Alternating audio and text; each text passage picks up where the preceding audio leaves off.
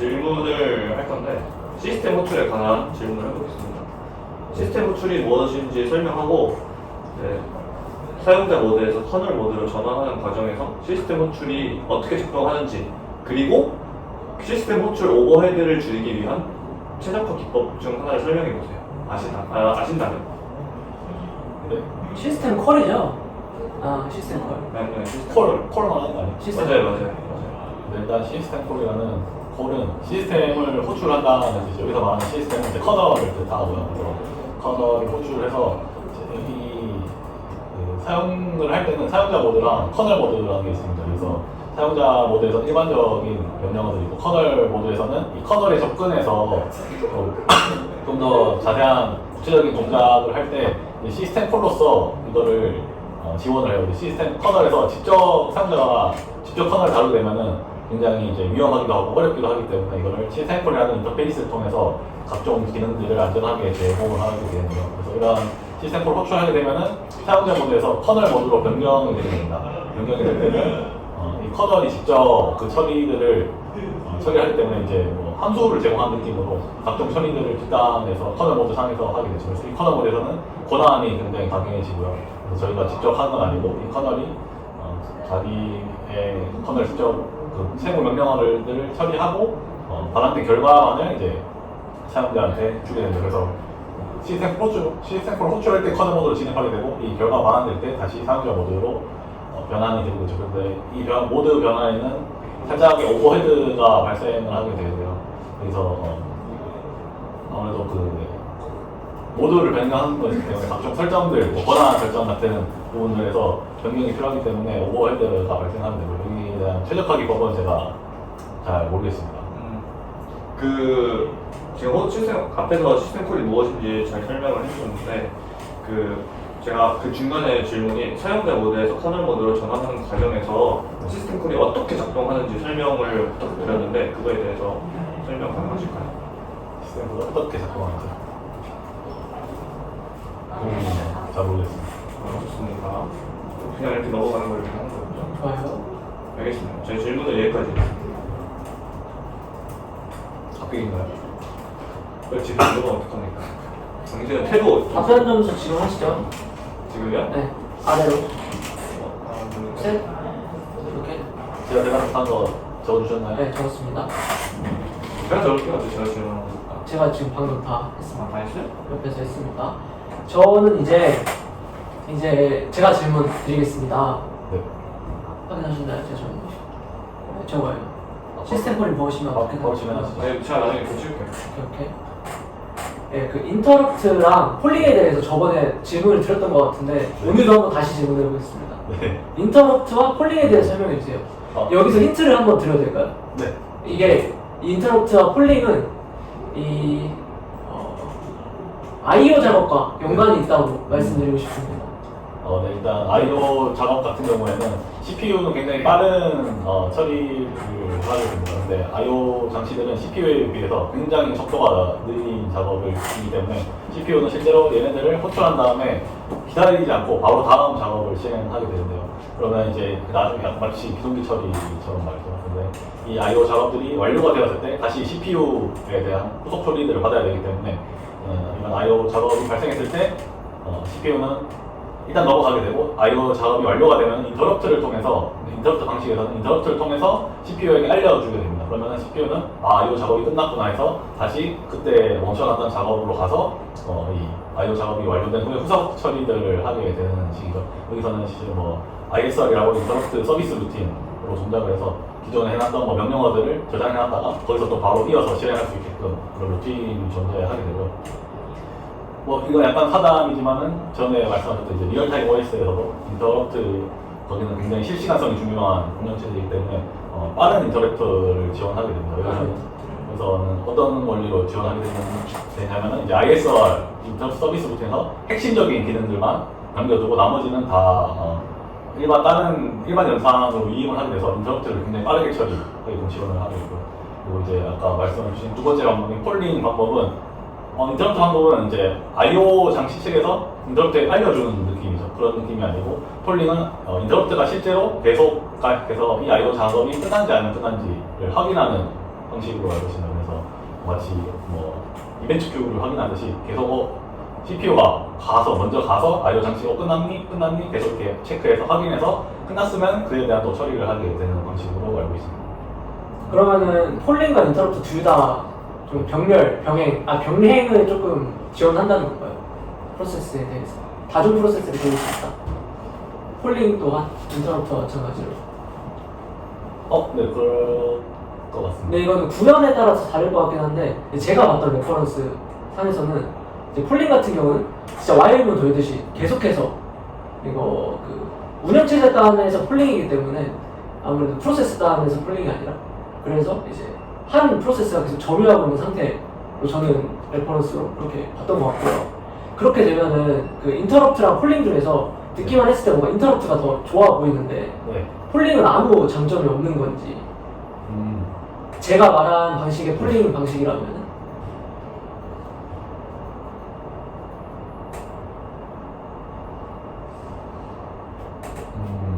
그럼 한번 생각을 좀 해봐야 되는 문제인 것 같아요. 일단 제가 지금 바로 떠오르는 것은 없고 인터럽트는 아무래도 구현이 좀 어려울 것 같고요. 보통 많은 부분에서 나오는 것들이 구현이 어려운, 또 좋아 보이는 애들은 다 구현이 어려운 게 좀 단점이라는 것 같고요. 그 정도밖에 생각하면 근데 그것도 좋은 말인 것 같습니다. 근데 또 이제 폴링의 장점이라 하면은 이게 상황마다 달라진다고 생각하면 쉬울 것 같은데 기술에 대해서는 특출나게 좋은 기술은 없고 이제 폴링 같은 경우는 이 I/O 장치가 이 한 폴링 그 스텝 그런 한 폴링마다 그렇게 작업이 완료되는 그런 I/O 장치라면은 이제 인터럽트 같은 경우는 인터럽트에 대한 시간이 오버헤드가 아까 전에 말씀하셨던 커널하고 사용자 모드처럼 이제 오버헤드가 좀 있는데 이제 만약에 I/O 작업이 빠른 I/O 장치라면은 폴링이 좀 더 우수하다 이렇게 알고 있습니다. 설명 잘 해주신 것 같고 점수 찰까요? 아, 네. 하나 둘 셋. 근데 나중에 말할게요. 적어줘요. 그거 페이지에다. 적고 개인적인 거. 주말이 끝난 것 같습니다. 잘하신 것 같은데. 제가 할게요. 그 다음에 네. 아이. 고고고 가시죠. 준비되셨나요? 메모 좀 하고. 먼저 제가 적어놓은 질문, 실력을 치나요? 요거는 제가 질문 2개를 준비했는데 제가 먼저 할까요? 네, 문제 해주시죠. 간단하게 멀티태스킹에 대한 질문인데요. 멀티태스킹이 무엇인지 설명하고 이를 구현하기 위해 필요한 운영체제의 기능들을 설명해 주시겠어요? 제가 그 멀티 프로세싱하고 멀티 스레딩까지는 이 분류가 된다고 제 뇌에서 분류가 됐는데 멀티 태스킹이 어느 범위에 속하는지 모르겠습니다. 그 프로세스를 단순히 여러 개 돌릴 수 있는 건지 아니면은 이제 그 여러 실행 흐름을 가져가는 건지 그 멀티 태스킹의 의미가 그걸 알려주시면 제가 설명을 해보겠습니다. 알려주시겠어요? 그러니까 그러니까 그거랑은 어쨌든 분류가 당연히 되는 거겠죠. 그러니까 용어가 다른 영역인가요 좀? 그러니까 이건 또 다른 걸 가야 되는데 제가 지금 당장에 설명드릴 수 있는 거는 그 멀티 태스킹은 이제 그러니까 멀티 프로세싱과 다르게 멀티 프로세스는 실제로 여러 프로세스가 동시에 실행이 되는 거죠. 근데 멀티 태스킹 같은 경우는 그렇게 보이는 것처럼 그렇게 여러 프로세스들이 돌아가는 것처럼 보이게 하는 기능이라고. 제가 이해하기로는 그러면은 병렬적으로 실행하는 게 멀티 프로세싱이고 멀티 태스킹 같은 경우는 이제 병행적으로 실행되는 거로 생각이 드는데 한번 이렇게 설명을 해보겠습니다. 저도 이제 맞는 것 같습니다. 병행적이라고 하면은 실제로 그 A, B 프로세스가 뭐 실행 흐름이든 프로세스든 이렇게 동시에 실행이 되는 게 아니라 A, B, A, B, A, B 이렇게 순차적으로 실행이 되면서 A랑 B 둘 다 사용자 눈에서는 동시에 실행된다고 착각을 일으키는 그런 거라고 생각이 들고요. 혹시 질문이 뭐였는지 다시 한 번만. 질문이요? 제 질문 멀티태스킹의 문제를 설명하는 거였고, 그리고 그거 멀티태스킹을 구현하기 위해 필요한 운영체제들의 기능들을 설명해 달라고 했습니다. 그 이제 운영체제의 핵심 중 하나가 또 이제 가상화라고 생각이 드는데요. 이 한정된 하드웨어 자원 안에서 이렇게 추상적으로 이 자원을 나눠가지고 이제 가상 메모리 방식도 있겠고요. 그리고 이제 CPU 스케줄링을 통해 가지고 이렇게 CPU 자원을 주고 그 시간으로 가상화를 해가지고 그 시간을 할당하는 방식으로 CPU 스케줄링을 통해서 그렇게 그 멀티태스킹이 일어날 수 있지 않나 생각이 듭니다. 좋습니다. 아니 조금 근데 설명이 좀 장황했는데. 저 멀티태스킹 지금 와서 보니까 뭔지 모르겠는데 좀 착각했어요 사실. 저희가 웹소드 때 했던 멀티플렉싱이랑 착각해가지고. 멀티태스킹에 대해서는 다 같이 또 네, 다 같이 이거에 공부를 하는 걸로 하고 다음 주에 저희 질문 기록만 해놓고 공부하는 걸로 하죠. 다음 질문 드리겠습니다. 네, 교착 상태 뭔지 아시죠? 예, 알겠습니다. 교착 상태가 뭔지 일단 간단한 설명과 그다음에 이게 발생한 조건 네 가지가 있죠. 네. 네 가지가 있고요. 그래서 네. 이를 해결하는 방법 네. 또 한 네 가지 정도 되는데요. 일단 먼저 교착 상태가 뭔지 한번 설명을 해주시면. 네, 교착 상태라고 하면은 자원을 네.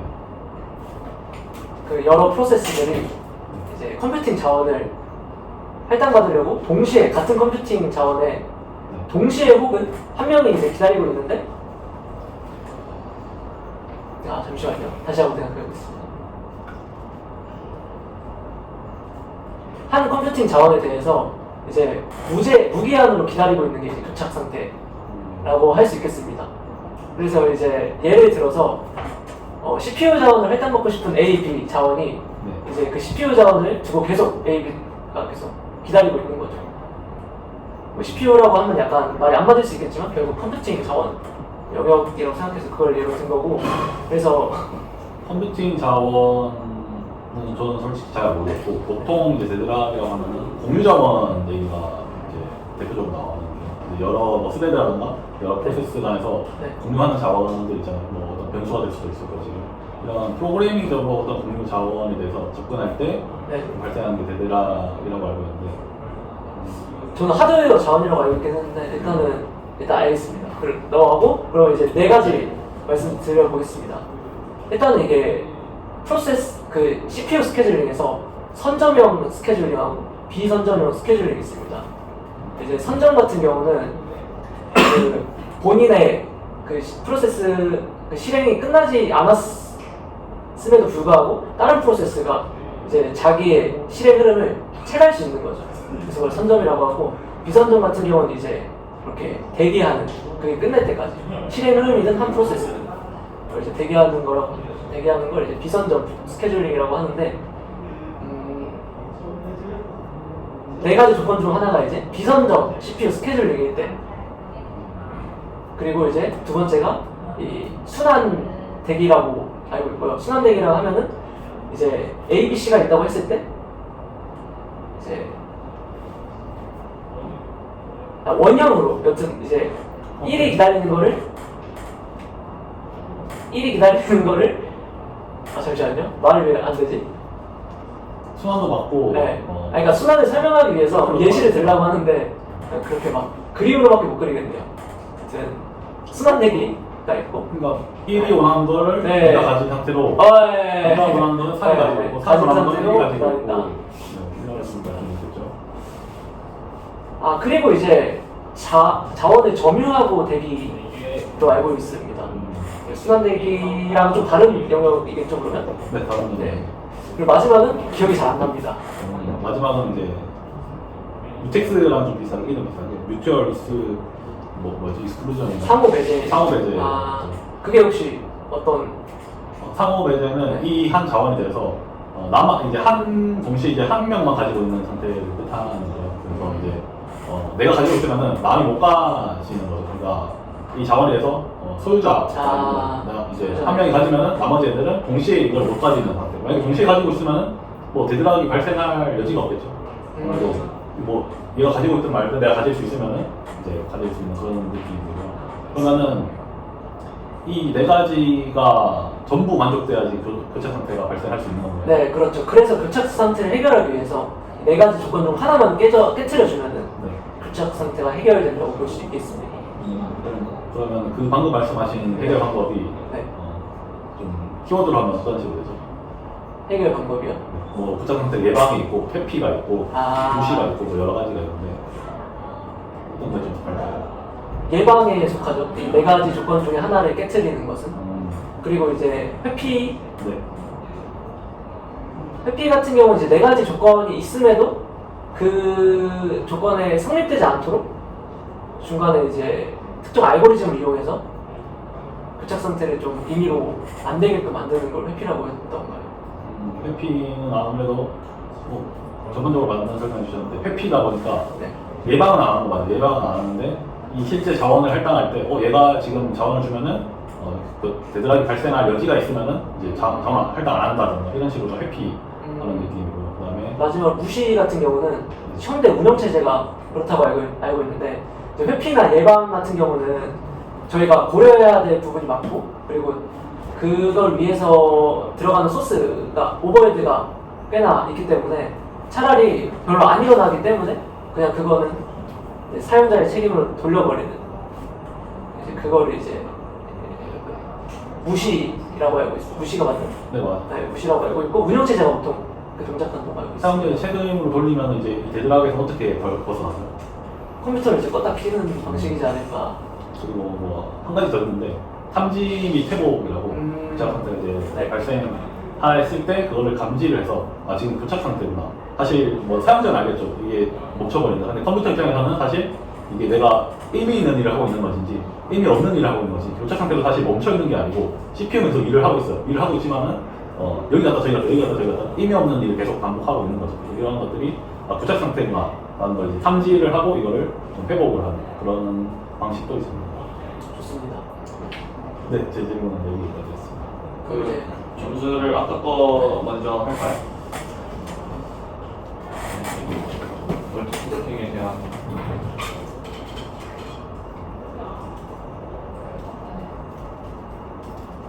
다 혹시 적어주셨나요? 제가 좀 질문 못한 부분에 대해서.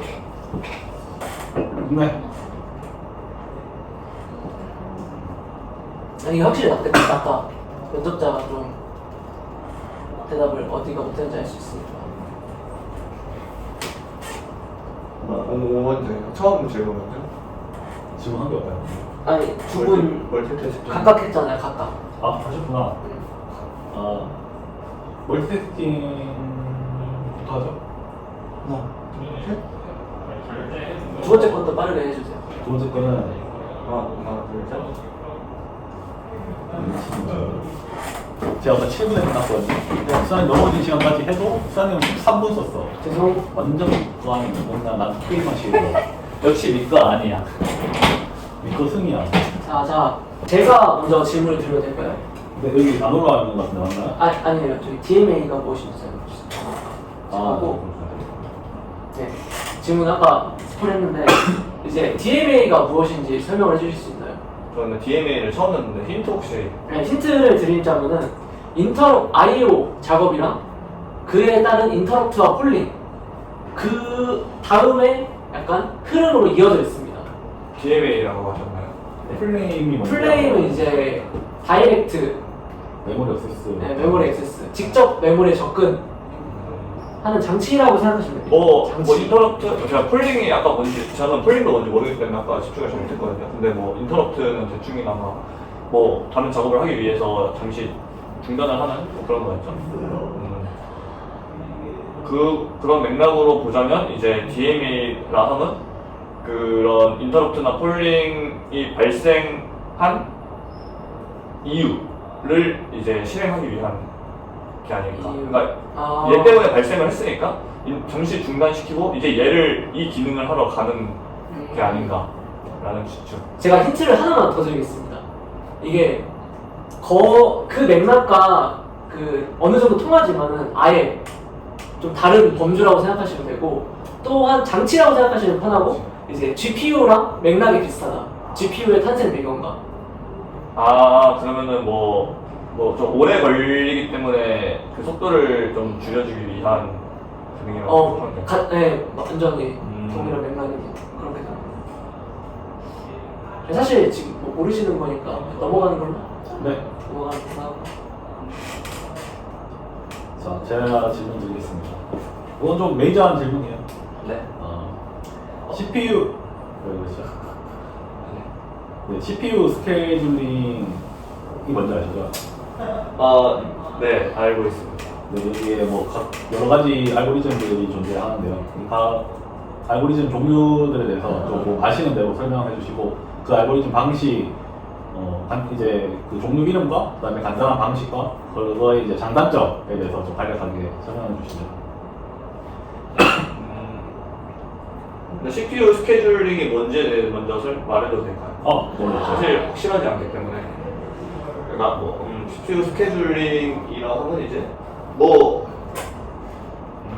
일단 CPU가 무엇을 하는지에 대해서 말씀을 또 드려야겠죠.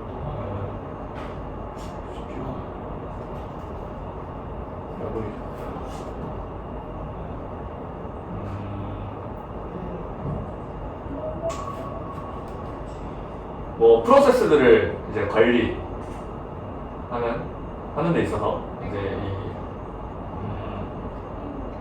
프로세스들을 실행시키고 관리하는 데 있어서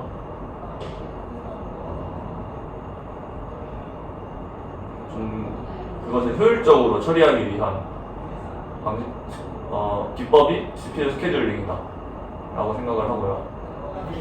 약간 너무 추상적인 답변이라고 생각이 되는데, 일단 네. 좀 알려드리면은 CPU 스케줄링은 단순하게 저희 여러 프로세스들이 있잖아요. 이 프로세스들에 대해서 누구한테 어떤 프로세스한테 이제 CPU를 할당해 줄지를 이제 스케줄링하는 게 CPU 스케줄링이거든요.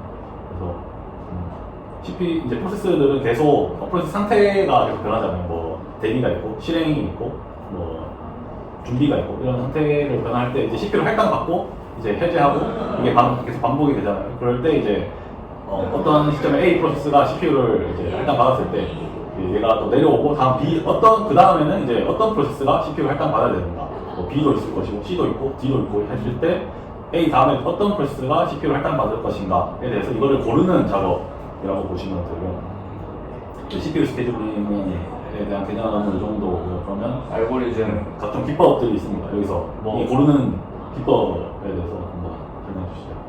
근데 알고리즘 자체는 생각난 게 없긴 하지만 뭔가 가장 기본적으로는 그 전에 또 뭔가 또 다른 알고리즘에서 설명을 했던 것 같은데 first in, first out이 있을 것 같습니다. 프로세스가 하나 끝날 때까지 그냥 CPU를 할당해주고 그 프로세스가 끝나면 다음 이제 대기하고 있던 프로세스에 주는 그런 원칙적인 방법이 있을 것 같고요. 그리고 대기 중인 프로세스들에게 균일하게 나눠주는 방법도 있을 것 같은데 있을 것 같습니다.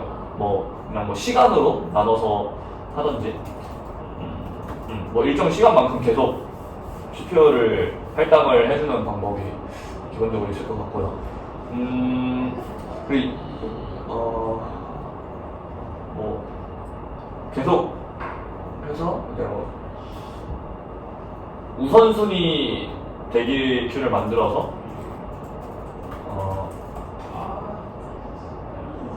우선순위가 낮은 프로세스들을 계속해서 우선순위를 올려주는 방법도 있을 것이고 그럴 것 같습니다.